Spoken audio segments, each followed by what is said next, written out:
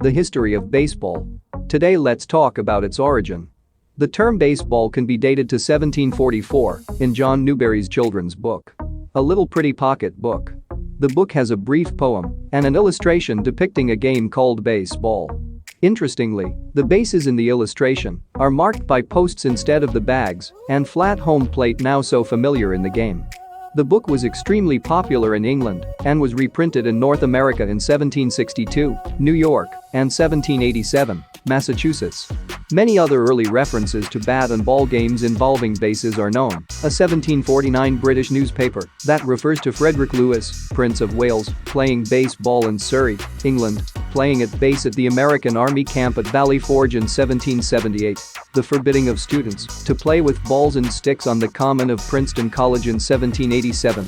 A note in the memoirs of Thurlow Weed, an upstate New York newspaper editor and politician, of a baseball club organized about 1825. A newspaper report that the Rochester, New York, baseball club had about 50 members at practice in the 1820s, and a reminiscence of the elder Oliver Wendell Holmes concerning his Harvard days in the late 1820s, stating that he played a good deal of ball at college.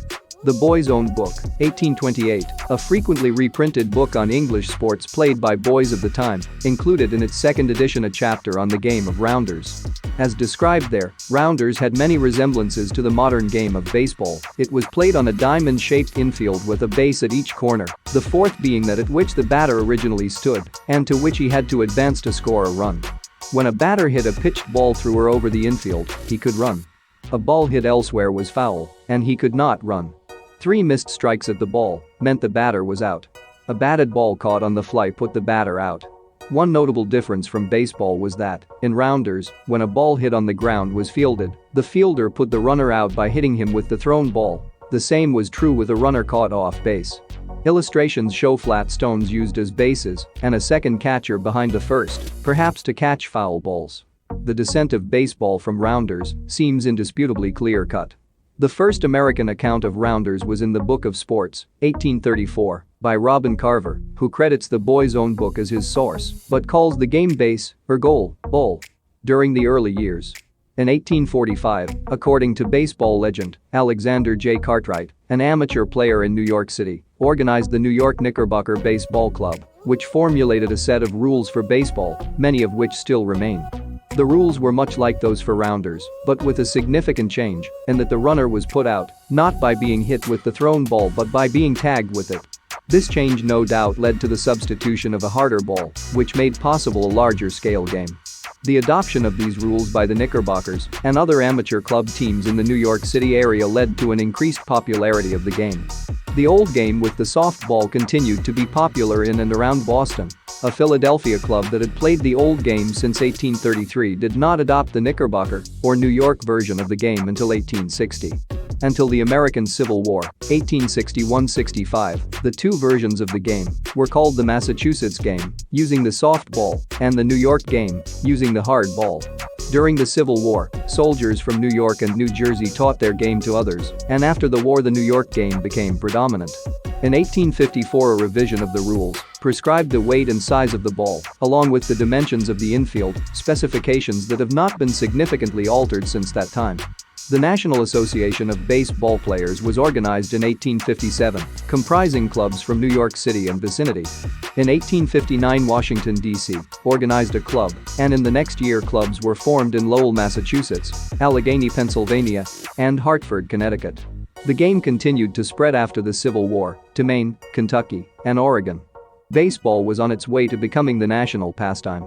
It was widely played outside the cities, but the big city clubs were the dominant force.